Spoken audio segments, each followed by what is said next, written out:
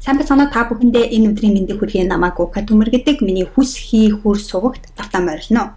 Та амжилтанд хүрнэ гэдэгтээ итгэж байна уу? Өнөөдөр би амжилтанд хүрч чадна гэдэг итгэлээ яаж нэмэгдүүлэх тухай ярих хүсэлтэй байна.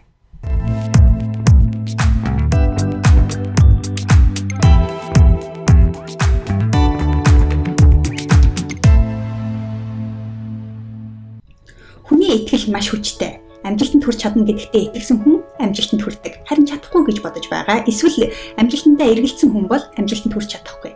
Амжилтанд хүрч чадна гэдэгтээ итгэсэн хүмүүс ямар хүмүүс байдаг вэ гэвэл өөдрөг, аливаа зүйлийг эергээр харж чаддаг хүмүүс байдаг. Жишээлх юм бол их олон хүн тэгмээр л байна, ингэмээр л байна гэдэг үгсийг хэрэглэдэг бол амжилттай хүмүүс тэгнэ, ингэнэ, чадна, бүтнэ, болно гэдэг шийдэмгий эерэг үгсийг хэрэглэдэг. Санаж яв. Эерэг бодолтойгоор бүхнийг хийж чадахгүй ч эерэг бодолтойгоор бүхнийг боломжтой болгодог. Хэрвээ бид дотроо бүтэхгүй байвал яана. Гэхдээ энийг яаж мэдэх вэ? Үзээд авдгийг бүтэхгүй бол тэр л биз гэсэн бодолтойгоор хандах юм бол амжилтанд хүрч чадахгүй. Амжилтанд хүрч чадна гэдэгтээ итгэхгүй байна гэдэг нь сөрөг бодолтой байна гэсэн үг. Сөрөг бодолтой бол сөрөг бодлын дагуу зүйлийг л бид өөртөө татах болно. Амжилтандаа эргэлзвэл ялагдана. Амжилтанд хүрч чадна гэдэгтээ итгэвэл амжилтанд хүрэх арга замыг заавал олдог. Тиймээс амжилтанд хүрч чадна гэдэгтээ итэг, бүр сайн итэг. Тэгвэл бүх амжилтанд хүрэх арга зам тань руу зөвлөж та амжилтанд хүрэх болно. Амжилтын тарин. Би амжилтын тухай боддог учраас амжилттай. Хүн өөрийнхөө бодлын үр дүн. Бид өдөр 60,000 бодол боддог. Эдгээр бодлын зарим нь сөрөг, зарим нь эерэг байна. Амжилтанд хүрнэ гэдэг бодол байхад зарим нь амжилтанд хүрч чадахгүй гэдэг бодол байгаа. Хамгийн гол нь та өнөөдөр аль бодлоо илүү тэжээж байна вэ гэдэг маш чухал. Аль нэг нь илүү тэжээн тэр бодол илүү хүчтэй болно. Жишээлбэл амжилтанд хүрч чадна гэдэг бодлоо тэжээгээд байх юм бол энэ бодол илүү хүчтэй болж илүү даван гайлж бид амжилтанд хүрэх болно. Амжилтанд хүрч чадна гэдэг итгэлээ яаж нэмэгдүүлэх вэ? Амжилтанд хүрч чадна гэдэг итгэлээ яаж нэмэгдүүлэх вэ гэвэл нэгдүгээрт амжилтын тухай бод.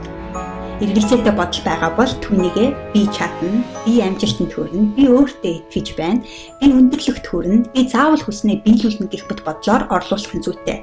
Товчхон хэлэхэд би амжилтанд хүрч чадна гэдэг бодлоо тэжээ.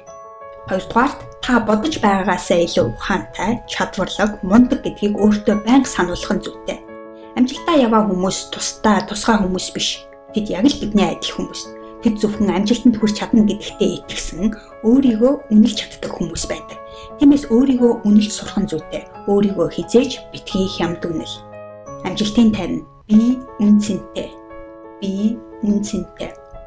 Гуравдугаарт том юмд итэг.